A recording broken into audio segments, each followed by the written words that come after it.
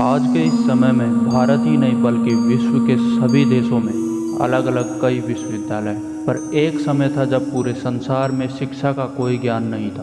उस समय भारत देश ही एक ऐसा देश था जो शिक्षा का महत्व समझता था और पूरे विश्व के बालकों को शिक्षा देता था। सभी को शिक्षा का महत्व बतलाता था, जिसके कारण भारत को विश्व गुरु भी कहा जाता था।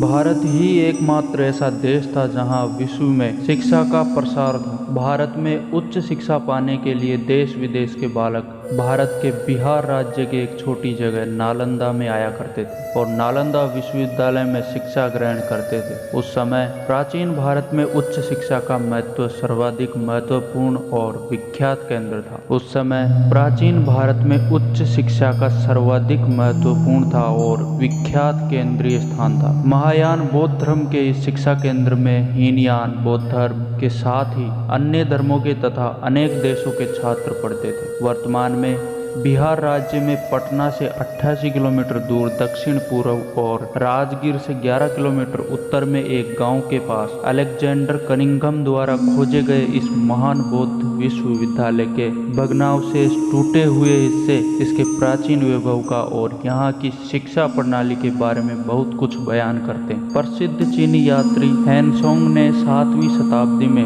नालंदा विश्वविद्यालय में जीवन का महत्वपूर्ण एक वर्ष एक विद्यार्थी और एक शिक्षक के रूप में व्यतीत किया था और अपनी पुस्तक में यहाँ की शिक्षा पद्धति का उल्लेख किया। नालंदा विश्वविद्यालय मगध क्षेत्र में आता था, जिसके निर्माणकर्ता कुमार गुप्त प्रथम थे। उन्होंने इसका निर्माण 5वीं शताब्दी में करवाया। सब कुछ सही चल रहा था, पर फिर मुगलों के आक्रमण के कारण 1200 ईसा पूर्व में बख्तियार खिलजी द्वारा सब कुछ नष्ट कर दिया गया। सब कुछ नष्ट हो गया।